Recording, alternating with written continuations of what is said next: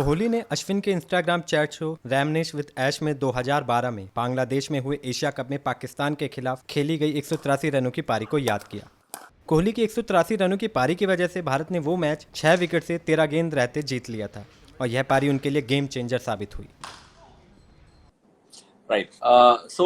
This particular game against Pakistan, was it the same game where you and Rohit collided in the square leg fence? Yeah, it was. It was very funny, and I remember MS wasn't too happy about it because, anyways, they were. I think they got 320. We were chasing 330, and they were big partnerships early on, and then we sort of messed up. It was supposed to be 1, and we gave away 3 runs. And I remember Irfan running after the ball slowly and throwing it back to MS, and MS was like, "How can these two guys just collide and give 3 away?" That. Do you know who the bowler was? Who else? Yeah, I remember batsman was Umar Akmal, and I don't know the non-striker. Was it Yunus Khan? Might have been Nazir Jamshed. I'm not sure. I'm actually not sure. I'm not sure. Okay. Yeah, but I remember Umar Akmal played it like that. I was at deep mid wicket, and Rohit was deep square leg. And I came in, Rohit was going for the ball, and my right side of my head hit his shoulder. And then Evan came in asking me how many, 1, 2, 3, 4, like that. So no concussion substitutes then.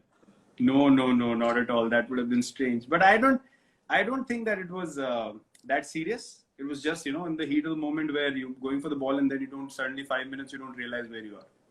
Right. Okay. Now getting into that knock itself, it was, I mean, watching it now, it doesn't seem special because we've seen you do what you've done over the years. But then it was like, it made the world take notice and say, wow, who's this guy, right? And what was going through your head? Because it was not an easy attack to face. Umar Gul, Aizaz Chima, Wahab Riaz, Syed Ajmal. And Syed Ajmal was at his peak then, right? So can you talk us through about what was going in your head? Well, you're right. The bowling attack was quite potent. I think at that time, they were a really, sort of challenging bowling attack to face because of the variation they had. And obviously, there was Afridi, there was Syed Ajmal, there was Umar Gul, there was Aizaz Chima, and there was Wahab. Wahab was there as well.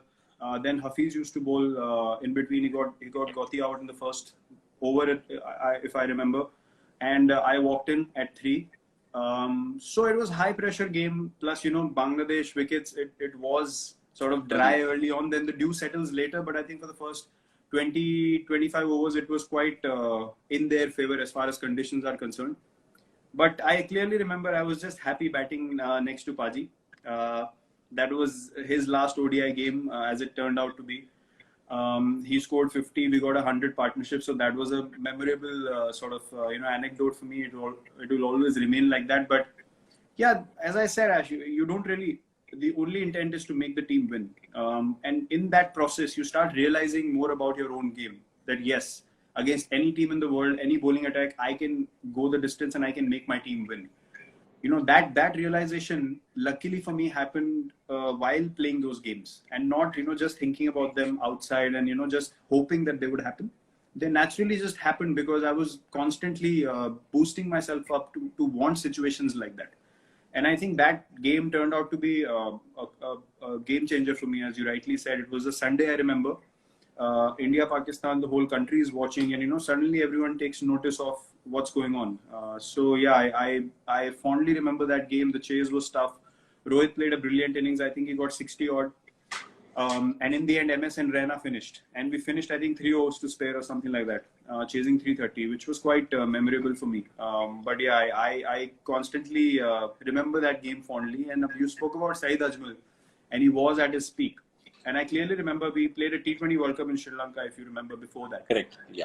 And there was a warm-up game where I decided that I got 75 against them. And then in the main game, I got 60 or 70 again, not out. And we won that game. And I remember in the warm-up game when I was playing him, I told myself, I'm going to start playing him like a leg spinner. Because his dusra was quite difficult to face.